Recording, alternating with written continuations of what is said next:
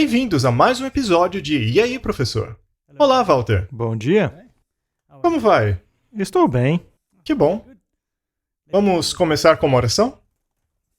Querido Pai, muito obrigado por nos reunir mais uma vez para ter essa conversa. Pedimos agora que o Senhor nos ilumine com o Teu Espírito. Em nome de Jesus. Amém. Bem, mais uma vez, vamos responder algumas perguntas, já que temos recebido centenas delas. Sim, de vez em quando fazemos uma sessão de perguntas e respostas. Exato. Bem, eu faço a pergunta e você pode respondê-la. Se eu puder, Sim. Muito bem. Primeira pergunta. Os católicos alegam que o juramento dos jesuítas é uma falsificação de Robert Ware, que era um falsificador, e que esse juramento teria sido desmascarado. Eles também alegam que o fato deste juramento poder ser encontrado na biblioteca do Congresso também não é uma prova válida de sua autenticidade, porque mesmo obras de ficção podem ser publicadas lá. Então minha pergunta é: o juramento jesuíta é uma falsificação ou não? E quais provas nós temos de sua autenticidade? muito bem. De fato, está registrado na Biblioteca do Congresso. Mas não é o único lugar onde aparece. Nós o encontraremos em muitos livros históricos, em escritos protestantes, e muitos ex-jesuítas confirmaram isso. Então, se tentam esconder ou não, na verdade, é irrelevante. O outro ponto, obviamente, é que a experiência comprova isso. E se lemos o que o juramento diz, que todos esses métodos que estão listados ali foram implementados pela ordem dos jesuítas e aqueles ligados a ela ao longo dos anos. Foi um reinado de terror quando implementaram a Inquisição em Roma, não no resto do mundo, mas em Roma, que, a propósito, continuou mesmo após a Inquisição Geral ter terminado. Foram conhecidos por sua crueldade excepcional. Então, se é fato, como alegam, ou não, eles parecem aderir de perto ao juramento. Sim, é verdade. Muito bem. Vamos para a próxima? Considerando a ressurreição da segunda vinda e a ressurreição após o milênio, Caifás morrerá 3 vezes? Se sim, existe alguma base bíblica para isso? Bem, a Bíblia é bem clara em Apocalipse 1:7, quando diz que todo olho o verá, incluindo aqueles que o traspassaram, que eram aqueles envolvidos na crucifixão. Podemos pensar nisso e dizer: bem, Cristo disse que ele também é crucificado quando seus seguidores são mutilados pelos inimigos. Ele fala: a mim o fizeste. Então, a ideia é que as Escrituras demonstram que tais pessoas terão uma ressurreição especial para vê-lo voltar e serão destruídos pelo brilho de sua vinda. Logo, após o milênio, também haverá uma ressurreição. E, novamente, fogo descerá do céu e os devorará. Então, sim, há uma razão bíblica para dizer que os piores perseguidores de Cristo, talvez em todos os séculos, serão os que terão uma ressurreição especial. Sabe, pessoas sendo ressuscitadas e morrendo, e sendo ressuscitadas de novo, não significa somente que os ímpios vão passar por tais consequências, ou, infelizmente, desfruta de tais consequências. Por exemplo, Lázaro, ele estava morto e foi ressuscitado dos mortos. Logo, foi dormir novamente e será ressuscitado. Então, Lázaro já morreu 2 vezes. Sim, e isso não afeta de maneira alguma a doutrina da segunda ressurreição, não é mesmo? Com certeza não. É uma questão lógica que aqueles que zombaram e escarneceram dele e o crucificaram na cruz e que foram essenciais nesses atos de tortura recebam uma ressurreição especial. Não se trata de algo injusto. Sim. Obrigado. Bem, próxima pergunta. O termo filhos de Deus significa anjos? E se não, como podemos saber que não está falando sobre anjos? Os gigantes eram resultado entre a união de anjos caídos e as filhas do homem? Eu entendo que anjos não podem procriar, mas e se eles tomaram a forma de homens? O livro de Enoque também menciona nomes de anjos caídos que não são mencionados na Bíblia. E uma última questão. Por que o livro de Enoque não foi incluído na Bíblia? Muito bem. Quando a Bíblia fala dos filhos de Deus, poderia ser uma referência aos anjos, porque os filhos de Deus cantavam junto quando este mundo foi criado. Então, outros seres criados, que poderiam incluir anjos, não sabemos como são os outros seres criados, sabemos dos anjos, mas Adão também é chamado filho de Deus. Então, os seres humanos também são filhos de Deus. Então, será que os anjos procriaram? Bem, as pessoas sabem que a Bíblia é clara que eles não procriam. Se não procriam, a procriação para eles não é nada menos que um pensamento ilusório. Então, quem foram os filhos de Deus?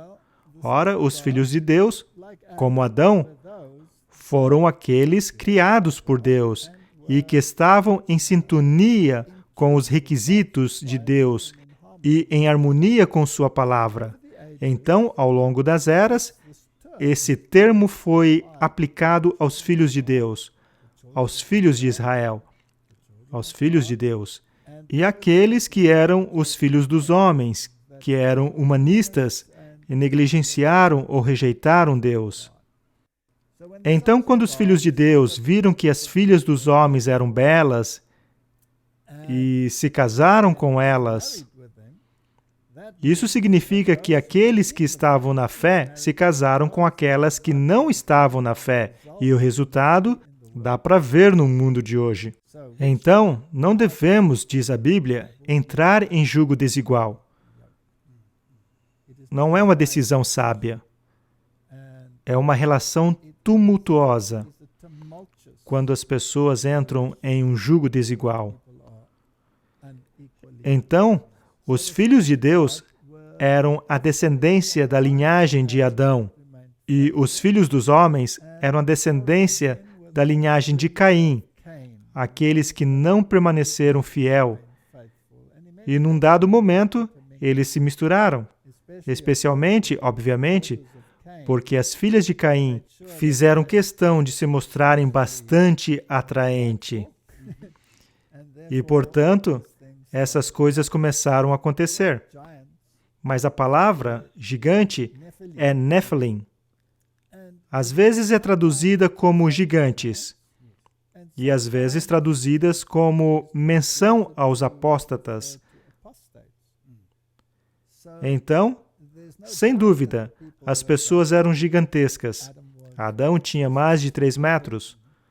Todos os animais eram maiores. Dá para ver isso nos registros fósseis? Se analisarmos fósseis, veremos que tudo era maior no passado do que hoje. Sabe, baratas desse tamanho, uns 60 centímetros, dinossauros. Toda espécie que encontramos era maior no registro fóssil. Quer falemos de elefantes, lobos, leões, não importa. Tudo era maior no passado. Na verdade, nós temos deteriorado. Não se trata de uma evolução progressiva, mas uma involução.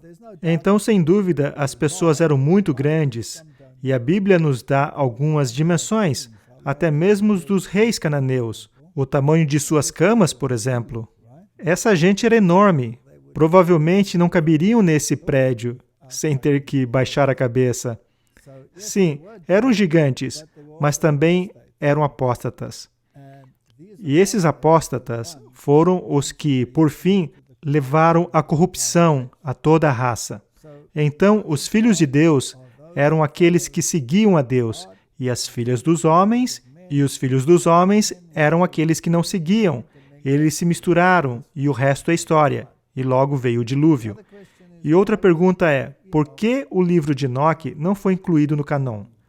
Bem, todos os livros apócrifos aparecem entre 300 e 500 anos após o fechamento do cânon, tanto no cânon do Antigo quanto do Novo Testamento.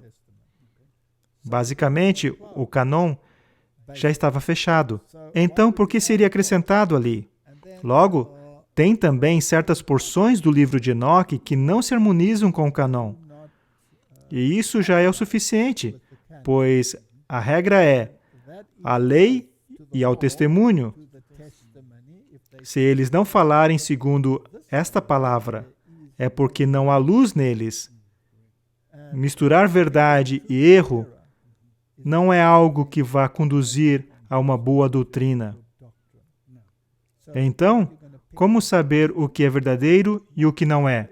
Ora, se encontrarmos algo nos escritos que é obviamente contrário à lei e ao testemunho, rejeitamos isso. Obrigado. Muito bem. Próxima pergunta. Na verdade, duas perguntas sobre os capítulos 10 e 13 de Apocalipse. A última parte do verso 6 de Apocalipse 10 diz que não haveria mais demora. Seria essa uma referência a 1844 como sendo o fim dos 2.300 dias proféticos? Ou deveria ser relacionado ao verso 7 e aplicado no tempo em que o sétimo anjo começará a tocar? Apocalipse capítulo 10 é a abertura do rolo, não é? Esse é um rolo que foi selado e agora está sendo aberto nas mãos do anjo, não é? Disseram ao profeta para vir devorar o rolo. Em outras palavras, ele deveria internalizá-lo, pois sempre que lemos no Antigo Testamento que o rolo deveria ser comido, o significado era internalizá-lo, compreendê-lo. Então, todo o capítulo 10 de Apocalipse lida com a retirada do selo de alguma porção das Escrituras que havia sido selada. Ora, só tem uma porção em toda a Bíblia que foi, de fato, selada. E encontramos esse no livro de Daniel. E tem a ver com a profecia dos 2.300 dias. Então, se esse anjo tinha um rolo que teve seu selo retirado num dado momento, então deve estar se referindo a ele, pois temos que ir à lei e ao testemunho, e precisamos ter harmonia, não é? Então, não haverá mais tempo só pode significar que não haverá mais tempo profético, pois se fosse interpretado literalmente, nós não estaremos mais aqui. Então, tentar correlacionar aos versículos seguintes é uma forma de futurismo. Estamos pegando alguma coisa fora do contexto histórico e aplicando isso a outra coisa sem um direcionamento bíblico. Então, temos que nos apegar ao que a Bíblia diz. É como a última semana das 70 semanas. Sim. Como se atirasse de lá e aplicasse em outro lugar. Não se pode fazer isso, porque não há direcionamento bíblico que lhe oriente a fazer isso. Muito bem. A segunda parte da pergunta é: a maioria das profecias do livro de Daniel já foram cumpridas. O capítulo 13 de Apocalipse nos mostra a besta num período após a sua ferida mortal ter sido curada. Seria possível que os 42 meses do verso 5 sejam literalmente 3 anos e meio? A mesma resposta se aplica aqui. Exatamente a mesma. Então, a maioria das profecias no livro de Daniel estão cumpridas. Os detalhes ainda precisam ser ajustados, ok? Eles estão num contexto histórico contínuo.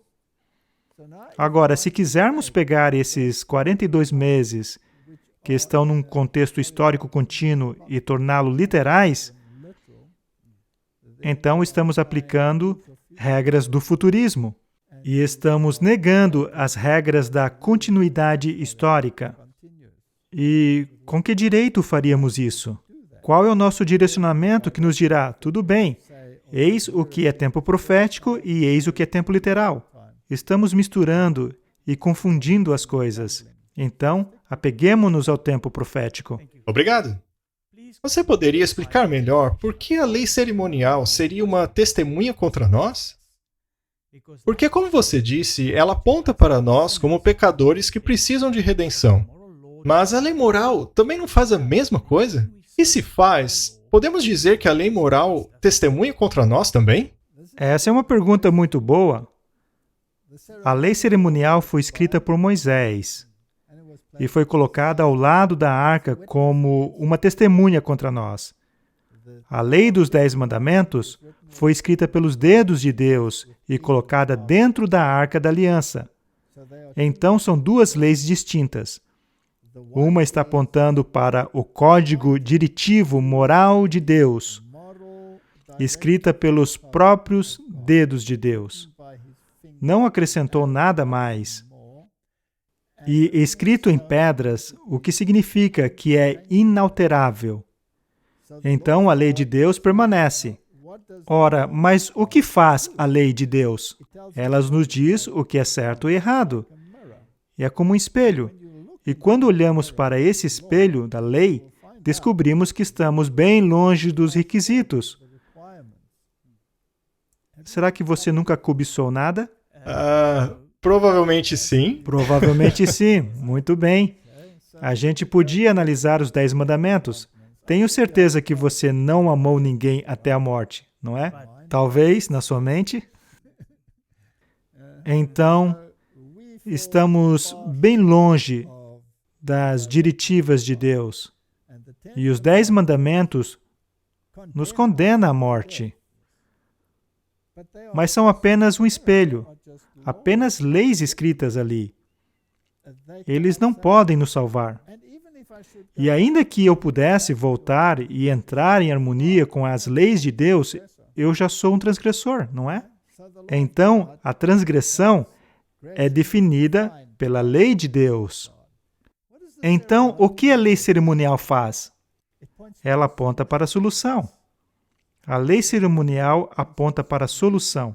A solução é uma pessoa. E essa pessoa é Jesus Cristo.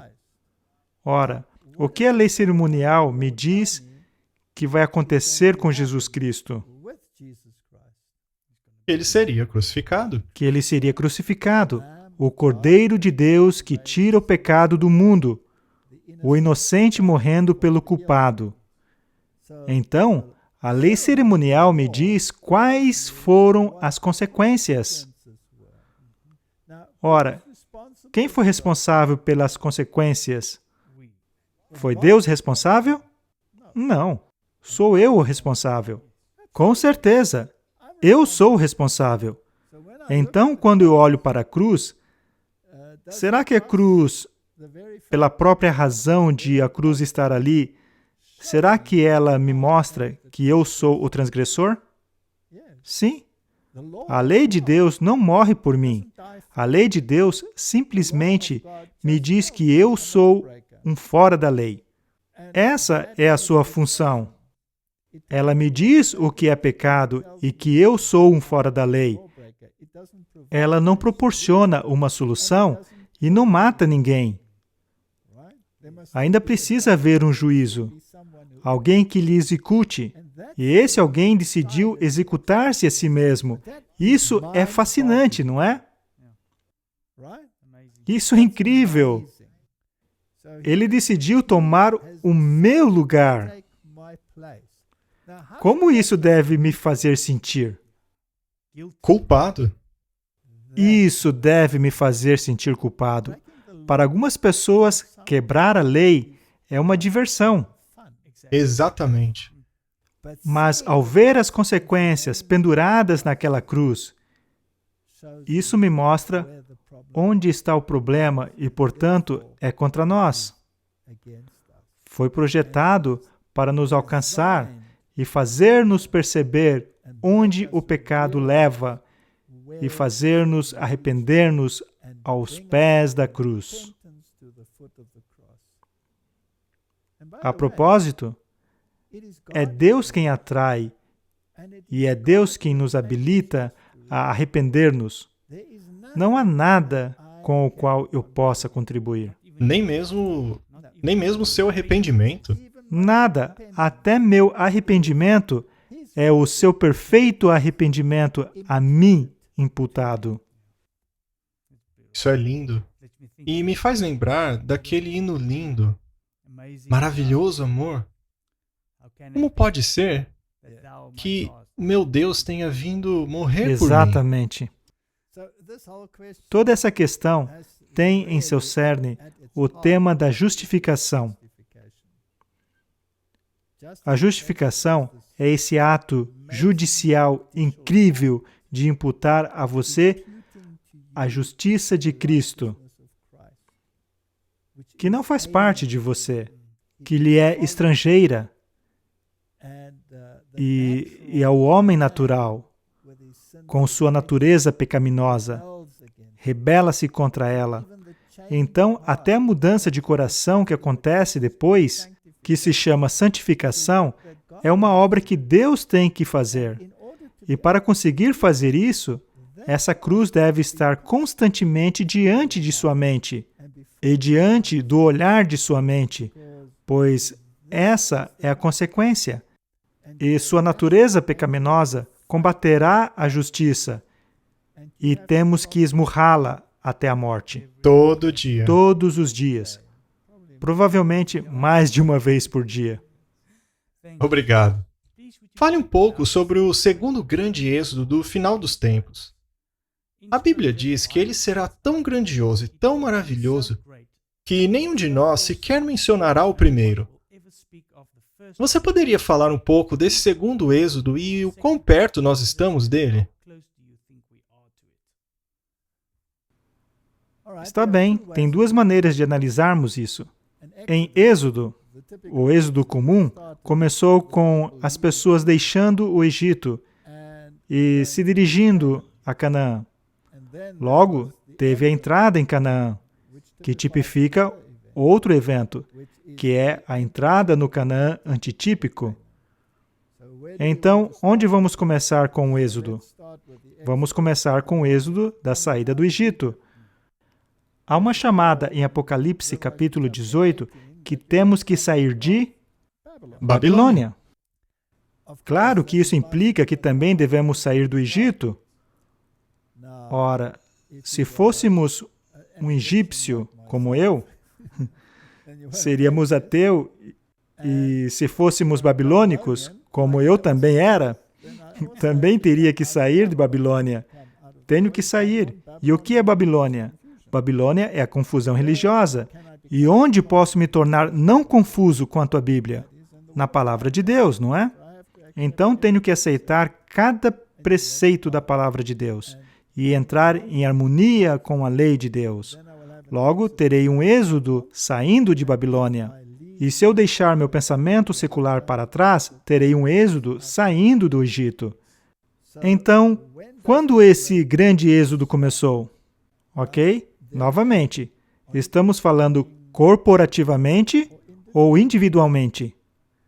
Individualmente, começou quando você toma a decisão de seguir a Cristo em todos os seus caminhos.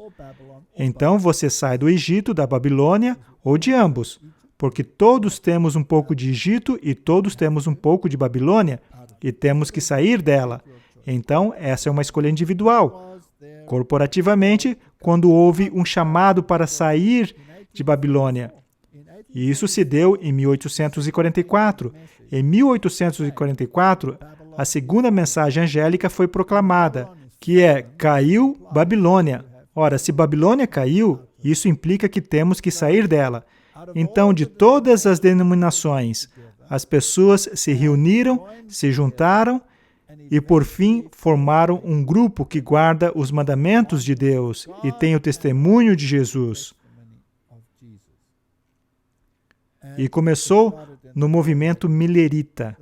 Isso é o êxodo corporativo que ocorreu. E nós podemos nos unir a esse movimento, assim como os egípcios se uniram aos israelitas para ir a Canaã. Então, tem um corporativo e um individual. Se estamos nos referindo à ida a Canaã, Isso vai acontecer na segunda vinda de Cristo. E a segunda parte da pergunta quer saber o quão perto nós estamos dele. Digamos apenas muito perto. Obrigado. Próxima pergunta. Eu fui a uma igreja em que o pregador citou a frase de Jesus, "Eu sou a brilhante estrela da manhã", de Apocalipse 22. E então ele disse que Lúcifer significa a estrela da manhã e que Jesus, no fim dos tempos, adotaria o nome Lúcifer. É isso mesmo? Lúcifer era o nome do querubim cobridor. Ele era uma estrela brilhante.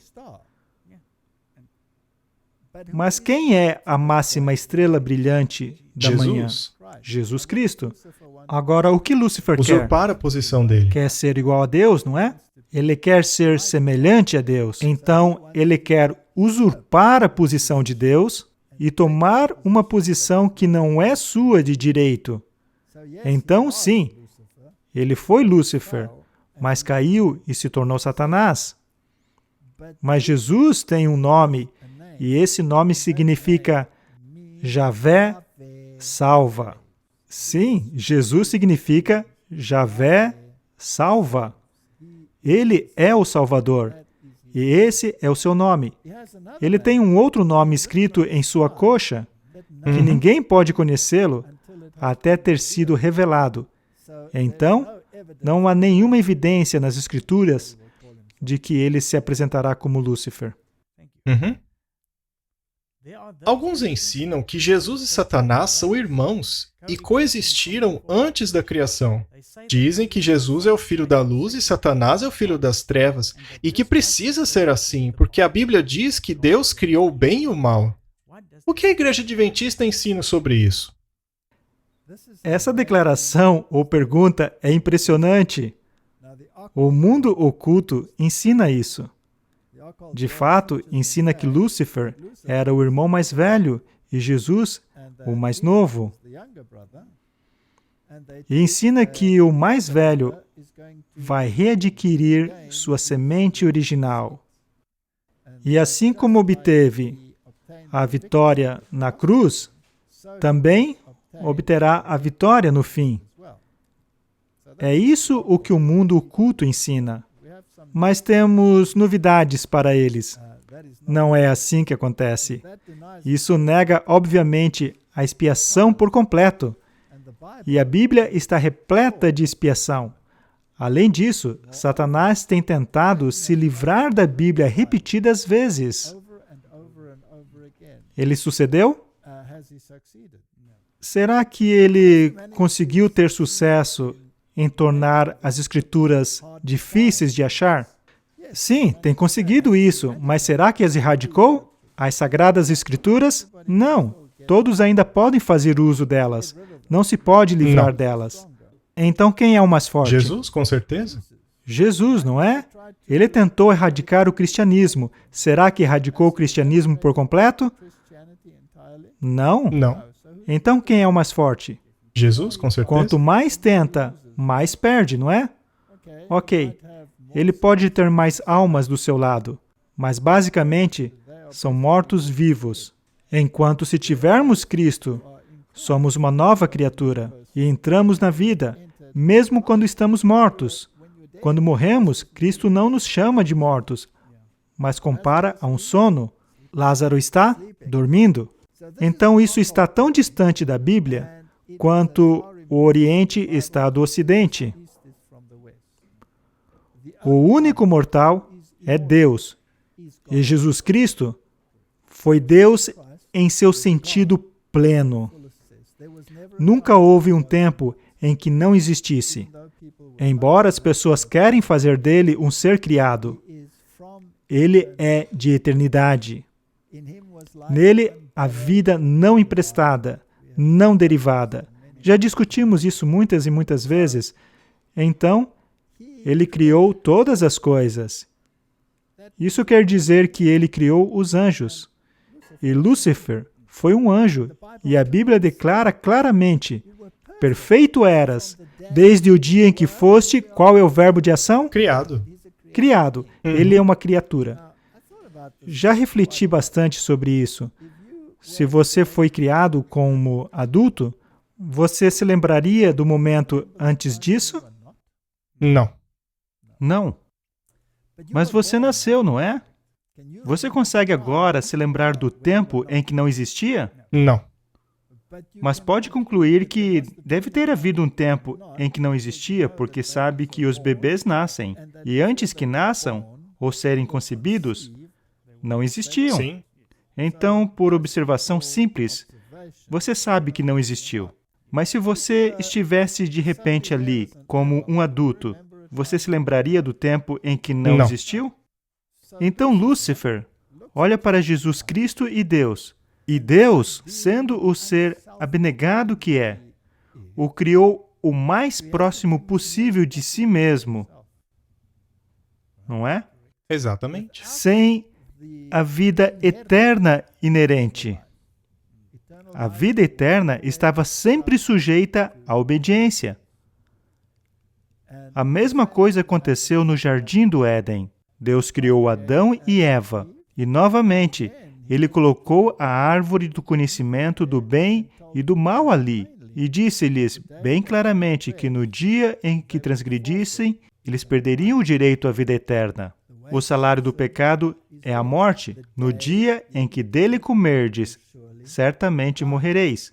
Satanás se recusa a crer nisso, porque ele se vê como o Filho de Deus, o mais elevado de todos os anjos. E se pergunta, por que Cristo está sendo incorporado nas discussões da divindade e ele excluído dessas comunicações? Assim surgiu o ciúme em seu coração, e ele queria ser como o Altíssimo. E ainda está desempenhando esse papel hoje. E está desempenhando esse papel por meio de seus representantes, que também dizem que ele é um Deus nessa terra. E quanto à parte que diz que Deus criou o mal? Ele não cria o mal, é uma escolha. É uma escolha. Mas, se você tem liberdade de escolha, total liberdade de escolha, existe a possibilidade de você ir contra a vontade de Deus? E se for contra a vontade de Deus, isso é chamado de pecado, não é? Ora, Deus, como autor da justiça, tem definido claramente quais são as regras da justiça. E o diabo e seus companheiros decidiram ir contra isso. Então, perfeito eras desde o dia em que foste criado, até que se achou iniquidade. Onde? Em ti. Então, por que iniquidade foi encontrada nele? Deus criou a iniquidade? Não. Porque Deus criou a possibilidade ao dar-lhe liberdade de escolha. Exatamente. Mas quando ele exercita essa escolha, aí é quando se achou iniquidade nele. Mas Deus jamais quis que qualquer um tivesse o conhecimento do mal. Ele só queria que tivéssemos o conhecimento do bem. Ora, o misticismo oriental diz que um não pode existir sem o outro. Por isso temos esse princípio de yin-yang. Você tem o bem e o mal. E o fato de haver o mal nos diz que existe o bem. E o fato de haver o bem nos diz que existe o mal. E eles estão em equilíbrio perfeito um com o outro. E mesmo no ocultismo, nós temos o que chamamos de luciferiano. E daí você tem o satanista. Ah, ok. Um pratica o contrário dos dois polos.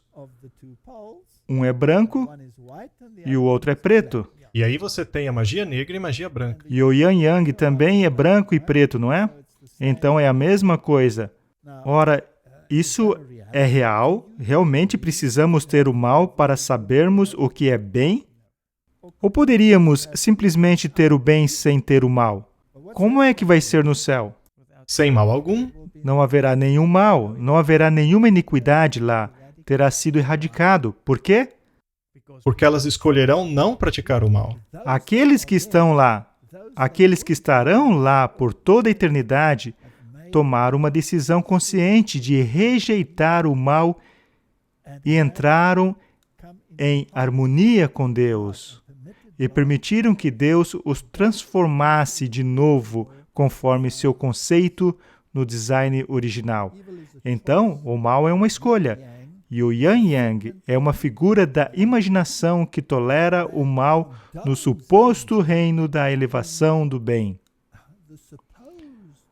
Você pode levar isso ao espectro teológico, onde temos a predestinação. E alguns dos teólogos, nessa linha de pensamento, dizem que Deus criou todas as coisas e, portanto, Ele também criou o mal, e criou o céu, e criou o inferno. E Deus ou predestina você a ir ao céu ou ao ir ao inferno. Ora, nessa teologia, algumas pessoas chegaram ao ponto de dizer que precisamos do inferno a fim de elevarmos a glória do céu. Por contraste, esse é o pensamento do Yin-Yang. Isso não é bíblico. Isso faz de Deus o autor do mal, fazendo dele um tirano. É como a crença do inferno eterno, de que ele precisa existir a fim de elevar os que estão lá em cima. Sim, eu sempre digo, e também Wesley e muitos outros, que isso tornaria Deus pior que o diabo. Porque que alegria poderia haver no céu se, por exemplo, você visse seu amado sofrendo um tormento eterno? Não poderia haver alegria no céu, seria somente lágrimas perpétuas, não é? Então, a única maneira de se lidar com isso é conforme a Bíblia. Deus disse que vai erradicar o mal. Ele não mais existirá, não se levantará outra vez, e os ímpios serão como pó, serão como cinza sobre nossos pés. Serão consumidos, serão como fumaça, não existirão mais. Então, toda essa doutrina de Yin-Yang tem permeado até mesmo o ambiente religioso, mas não há base alguma para ela. Obrigado. Você já falou muitas vezes sobre mudanças globais e a ciência por trás dela. Como a declaração a seguir se encaixa com essa teoria científica? Apesar do Senhor ter cessado a sua obra da criação, Ele está constantemente empenhado em sustentar os seus servos com as coisas que Ele fez. Jesus disse: "Meu Pai trabalha até agora, e eu trabalho." O mundo material está sob o controle de Deus. As leis que governam toda a natureza são obedecidas pela natureza. Tudo fala e age de acordo com a vontade do Criador. A divindade é o autor da natureza e o mundo natural não tem poder em si mesmo, além daquele que Deus provê. Eu acho que o que a pessoa está perguntando é: por que, se Deus sustenta todas as coisas, há uma deterioração e mudanças, globalmente falando? Por que Deus não as retém em seu estado perfeito? Ora, Deus também diz em sua Bíblia que a terra se envelhecerá como a roupa. Então, quando Ele a criou originalmente, era vibrante e perfeita, e não havia defeitos genéticos. Mas quando o pecado entrou no mundo e a árvore da vida foi removida, que retinha todas as coisas em perfeita ordem, não que a árvore fosse necessária, Deus poderia ter feito sem a árvore, mas a árvore era para servir como um lembrete a todos que somos dependentes de Deus. Caso contrário, nós esqueceríamos e continuaríamos com nossa vida. Então a Bíblia nos diz que, desde o instante em que o pecado entrou no mundo, as coisas mudaram. Os animais mudaram, a morte entrou no mundo. Deve haver uma deterioração. Mas Deus permitiu que passasse certo período de tempo antes que isso acontecesse. Então, antes do dilúvio, houve um período muito longo. Adão tinha 900 anos de idade. Era a idade que eles atingiam naquela época.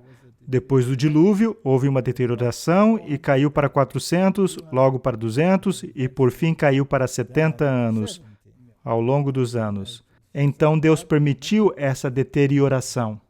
Ele também permitiu a deterioração da terra. Na verdade, diz que o solo foi amaldiçoado, que significa que não vai produzir para você o que produzia antes.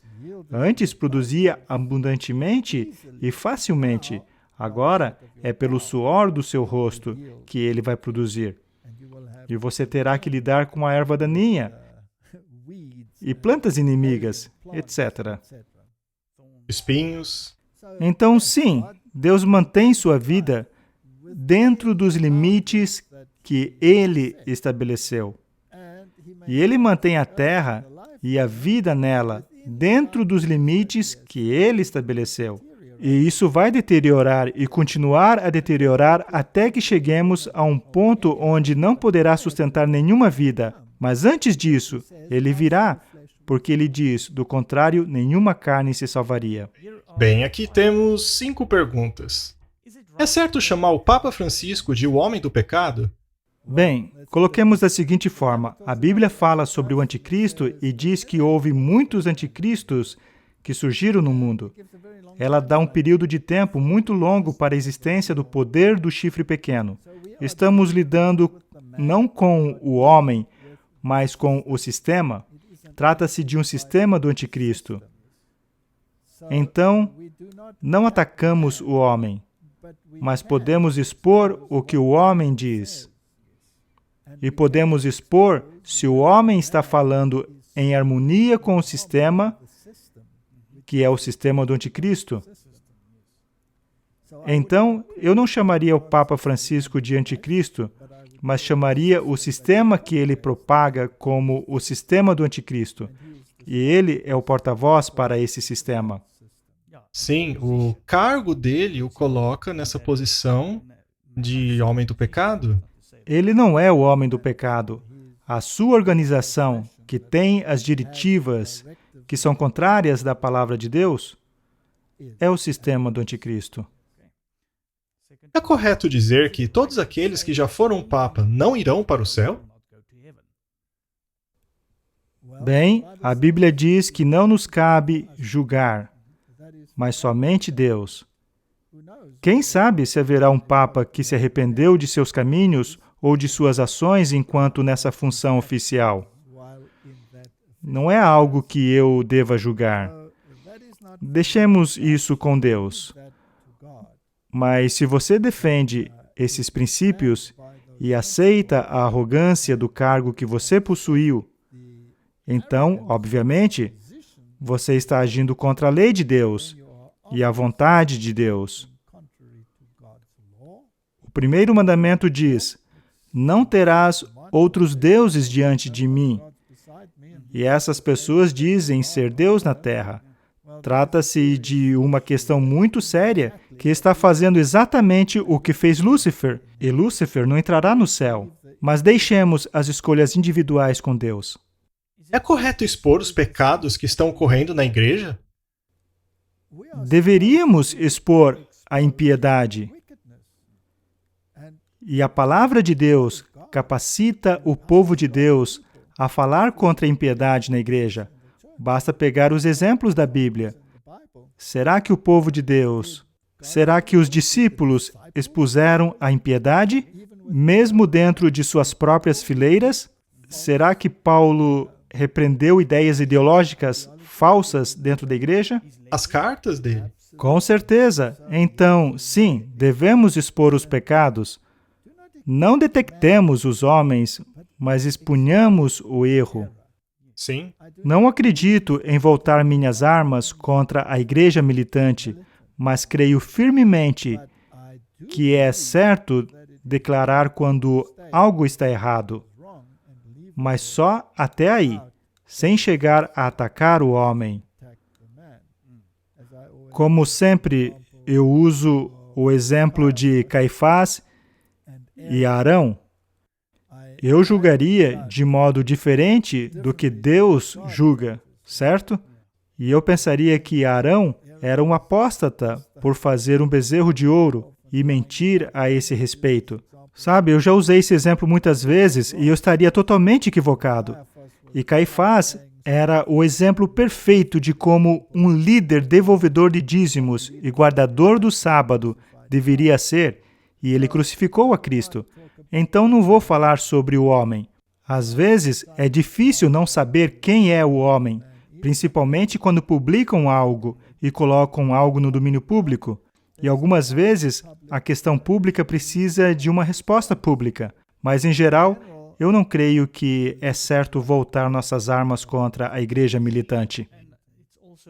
Sim, e também é dever de cada um, ao ver alguém dentro da igreja que não está seguindo a verdade, não seguir o exemplo dela. Exatamente. E, além disso, tem uma maneira de lidar com essas questões. Dá para ser excessivamente autoritário, esquecendo-se que nós mesmos precisamos de redenção. Então, a Bíblia nos diz que devemos, com toda a bondade, repreender as pessoas, ou levá-las à parte e dizer, falar com elas sobre como são as questões bíblicas, como seguir as normas da Bíblia, e se não ouvirem, levar o caso à igreja. Às vezes essas coisas causam complicações, mas até onde seja possível que a lei da bondade esteja em nossos lábios. Pois é, e eu também gostaria de reiterar que quando uma instituição ou pessoa apostata, isso não significa que o corpo da igreja apostatou. Não. Isso tem que ser decidido com um concílio da igreja, que é convocado, como o primeiro concílio em Jerusalém. Em outras palavras, uma decisão da Conferência Geral. E se isso está apostatando, daí então temos um problema. Mas se indivíduos fazem, seja lá o que considerem adequado fazer, então podemos expor o erro e deixar as consequências com Deus. Deus chegou a repreender algum governo político ou apenas a igreja? Bem, a Bíblia está cheia de repreensões a sistemas políticos. Se lermos os profetas, há listas e mais listas quanto ao que vai acontecer com Babilônia, com Edom, com esse e aquele. Sabe, certamente os governos foram repreendidos e a Bíblia é bem clara que, no futuro, todos os sistemas políticos chegarão a um fim. Todos eles. E os reis do mundo darão seu poder à besta e a besta será tomada e com ela o falso profeta.